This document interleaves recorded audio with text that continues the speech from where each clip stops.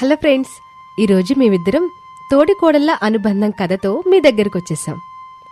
అవును దోస్తులు, ఒకే ఇంట్లోకి వచ్చాం. ఒకే రక్తం కాకపోయినా కష్టం వస్తే ముందుగా నిలబడేది తోడికోడళ్లే కదా. అత్తమామల మాటలు, సమాజం చూపులు, అన్నదమ్ముల మధ్య వచ్చే దూరం అన్నీ ఎదుర్కొని కూడా ఒకరినొకరు వదులుకోలేని బంధువులయ్యేది తోడికోడళ్లే కదా. అలాంటి హృదయాన్ని తాకే తోడికోడళ్ల అనుబంధ కథలను వదలకుండా చూడాలంటే మా అనామిక తెలుగు స్టోరీస్ని సబ్స్క్రైబ్ చేసుకోండి ఫ్రెండ్స్. అలాగే లైక్, షేర్తో పాటు గంటను కూడా కొట్టేయండి. కథ ఎలా ఉందో కామెంట్ రూపంలో చెప్పేయండి. ఇకుంటాను, కథలో కలుసుకుందాం. రమేష్ ట్రాక్టర్తో పొలం దున్నుతుంటే వినోద్ పంపు దగ్గర నిలబడ్డాడు. ఈ పొలం దున్నటం ఇప్పుడెప్పుడే అయ్యేలా లేదు. అమ్మగారింటికి వెళ్ళిన భావన నన్ను అక్కడికి రమ్మని పదే పదే ఫోన్ చేస్తుంది. పొద్దున్నే అన్నయ్యని అడిగితే పొలం దున్నిన తర్వాత వెళ్దువులే తమ్ముడు అని చెప్పాడు. 3 గంటల నుంచి అన్నదమ్ములం ఇద్దరం కలిసి దున్నుతున్నా ఈ పొలం పని మాత్రం అవ్వట్లేదు. ఇంకో గంట పట్టేలా ఉంది అని తనలో తాను అనుకుంటుంటే పంపు గట్టుమీదున్న వినోద్ సెల్ ఫోన్ మోగింది. వినోద్ వెళ్ళి చూశాడు. భావన కాలింగ్ అని పడింది. హలో భావన. అమ్మగారింట్లోని పూల మొక్కల మధ్యలో భావన నిలబడి ఉంది. ఎక్కడి వరకు వచ్చారండి? ఇంకా పొలం దగ్గర ఉన్నాను భావన అని వినోద్ చెప్పగానే భావన కోపంగా ఫోన్ పెట్టేసింది. వినోద్కి ఏమీ అర్థం కాలేదు. అయోమయంగా ముఖం పెట్టాడు. ఒళ్లంతా పడ్డ బురదతో రమేష్ పంపు దగ్గరికి వచ్చాడు. విచారిస్తూ కనిపిస్తున్న తమ్ముడు వినోద్ బాధని రమేష్ అర్థం చేసుకున్నాడు. పెద్ద మనసుతో, తమ్ముడు నువ్వు మరదల దగ్గరికి వెళ్ళు. చీకటి పడే వరకైనా సరే పొలం మొత్తం నేను దున్నుతానులే. నువ్వు అత్తగారింటికెళ్ళు. ఆ మాట వినగానే వినోద్ ముఖం కొత్త లైట్లా వెలిగిపోయింది. నువ్వు చాలా మంచోడు అన్నయ్య అని చెప్పి నిమిషం కూడా పొలం దగ్గర ఉండకుండా వినోద్ ఇంటికి బయలుదేరాడు. అత్తగారు శారద అందంగా సింగారించుకుని హాల్లోకొచ్చింది. హాల్లో తన పెద్ద కోడలు అనామిక కనిపించలేదు. శారదకి కోపమొచ్చింది. అనామికా, అనామికా అని గట్టిగా పిలిచింది. అప్పుడే జడలో పూలు పెట్టుకొని, తనకి ఉన్న చీరల్లో ఒక అందమైన చీర కట్టుకొని, సింపుల్గా నుదుట బొట్టు పెట్టుకుని అనామిక అత్తగారి దగ్గరికి వచ్చింది. వెళ్దామా అత్తయ్య అని అనామిక అనగానే శారద కొంచెం వెటకారంగా, వద్దు కోళ్ళ, హాల్లో కూర్చుని ఒకరినొకరు చూసుకుందాం. అందుకేగా నేనెంతలా అలంకరించుకున్నాను, నువ్వు అంతలా సింగారించుకున్నావు అనగానే అనామిక నోటి నుంచి ఒక్క మాట కూడా రాలేదు. అట బెల్లం కొట్టిన రాయిలో నిలబడ్డావేంటే? ఇల్లెందుకే కదా మనం ఇట తయారయ్యాము. మనతో మావే రావట్లేదు అత్తయ్య. పెద్ద కోళ్ళ, నీకో విషయం గుర్తు చేయనా? తప్పకుండా అత్తయ్య. ఇప్పుడు మనం వెళ్తున్నది భావన వాళ్ళ పుట్టింటికి. ఆ విషయం నాకెందుకు తెలీదు అత్తయ్య. అందుకే కదా మనం ఇలా అందంగా తయారయ్యాము. మనం అక్కడ ఉండడానికి వెళ్ళడం లేదు. ఆ విషయం తెలుసా? ఆ విషయం నాకు కూడా తెలుసు అత్తయ్య.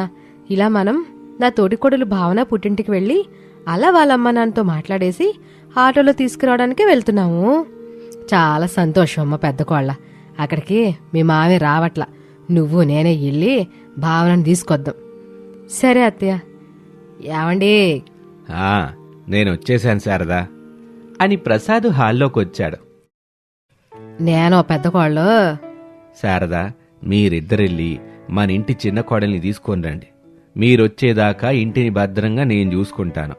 ఈగైనా దోమైనా చీమైనా దేన్ని లోపలికి రానివ్వను గాని మీరు భద్రంగా వెళ్ళిరండి. నాకు నమ్మకం లేదు దొరా.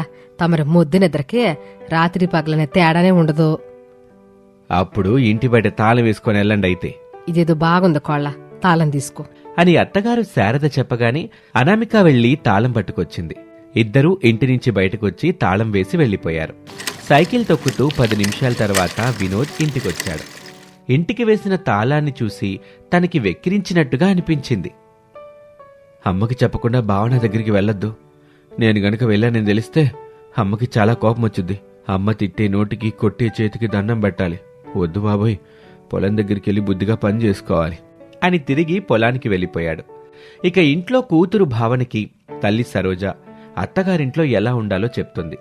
భావనకి వినోద్ మీద కోపం ఇంకా పోలేదు. తనలో తాను, పెళ్ళయి 1 రోజులయ్యింది. నన్ను తీసుకెళ్ళడానికి రమ్మంటే పొలం పనుందని చెప్తున్నాడు. ఇట్లయితే కాపురం ఎలా సాగుతుంది అని భావన తన మనసులో అనుకుంటూ ఉంటుంది.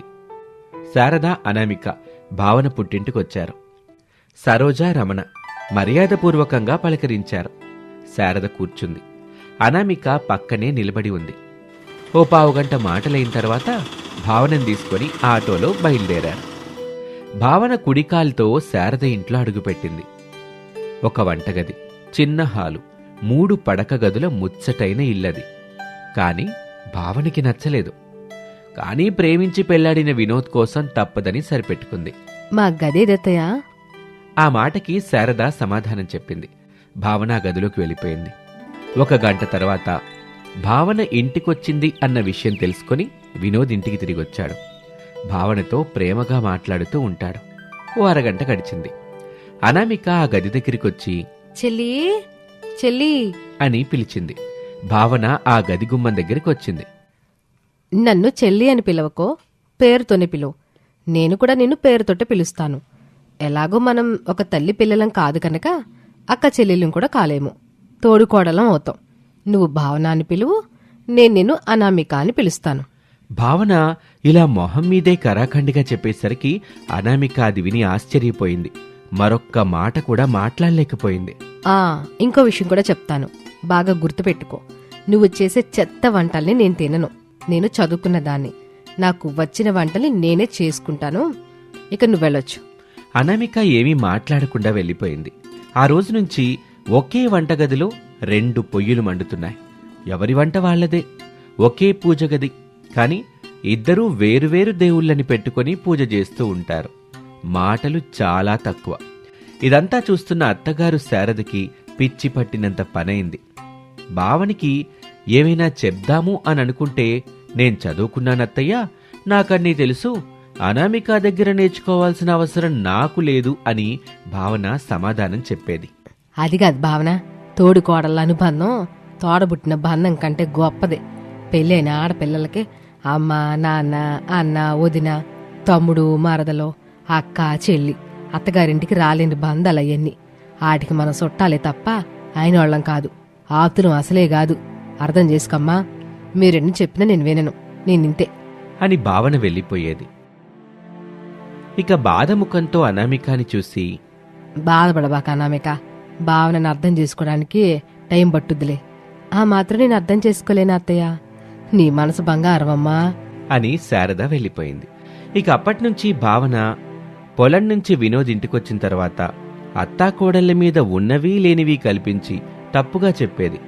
శారద కూడా తనకి కనిపించిన వాళ్లకి, తెలిసిన వాళ్లకి పెద్ద కోడలు అనామిక మంచిదని, ఇంటి పనులు చకచకా చేస్తుందని గొప్పగా చెప్పేది. అదంతా భావన తీసుకోలేకపోయేది. దాంతో భావన మెల్లగా మారింది. చిన్న చిన్న మాటలు, చిన్న చిన్న ముఖాలు శారదకి అర్థం కాలేదు. ఒకరోజు శారద భావనని అడుగుతుంది. ఈ ఇంటి పనుల్లో అనామికనే ముందుంటుంది. నా వంటలు తినమని చెప్తే తినరు. అది చేసిన వంటలు మాత్రం లొట్టలేసుకుని తింటారు. నేను చేసిన వంటలకి ఏదో ఒక అంక పెట్టి ఏదో ఒక మాటలు అంటూ అంటారు. అదే నాకు నచ్చట్లేదు అత్తయ్య అని చెప్పి భావన వెళ్ళిపోతుంది. ఆ మాటలు శారదకి తూటాలా తగిలాయి. ఆ రాత్రి భావన ఒక మంచి నిర్ణయం తీసుకుంది. ఆ రోజు రాత్రి భర్తతో, మనం వేరు కాపురం ఉందామండి అని చెప్పింది భావన. వినోద్కి వేరే కాపురం ఉండటం ఇష్టం లేదు. కాని బలవంతంగా ఒప్పించింది. అలా ఆ రాత్రి గడిచింది. మరుసటి రోజు నుంచి అనామిక, భావన ఒకరిని ఒకరు చూసుకోలేదు. వాళ్ల మధ్య దూరం పెరిగింది. ఒకరు వంటగదిలో ఉంటే మరొకరు హాల్లో ఉంటారు. ఒకరు పూజ గదిలో ఉంటే ఇంకొకరు కిచెన్లో ఉంటారు. అలా తోడికోడళ్ల మధ్య దూరం ఇంకా పెరిగింది. శారద కుటుంబం ముక్కలైపోయింది. వినోద్, భావన ఒక కొత్త ఇంట్లో వేరు కాపురం పెట్టారు. భావన వంట చేయకుండా అన్నిటినీ ఆర్డర్ పెడుతూ ఉండేది. కాని వినోద్కి అదంతా నచ్చేది కాదు. భావన, ఇలా రోజు బయటనుంచి ఫుడ్ తెప్పించటం ఏమీ బాగోలేదు తెలుసా? నాకు బాగుందండి. అయినా మనం అమ్మ వాళ్ళతో ఉన్నప్పుడు వంట చేసేదానివి కదా. అప్పుడు మీ అమ్మగారి పోరు పడలేక చేసేదాన్ని. ఇప్పుడిక్కడ ఎవరి పోరు లేదు కదా. నేనే మహారాణిని, నేనే మహామంత్రిని అని సమాధానం చెప్పేది. ఇక తప్పదని వినోద్ కూడా ఆ బయటి ఆహారాన్నే తినేవాడు. ఇలా రోజులు గడుస్తున్నాయి. ఒకరోజున భావనని చూడాలనిపించింది అనామికకి. శారదతో కలిసి వాళ్ళుంటున్న ఇంటికొచ్చారు.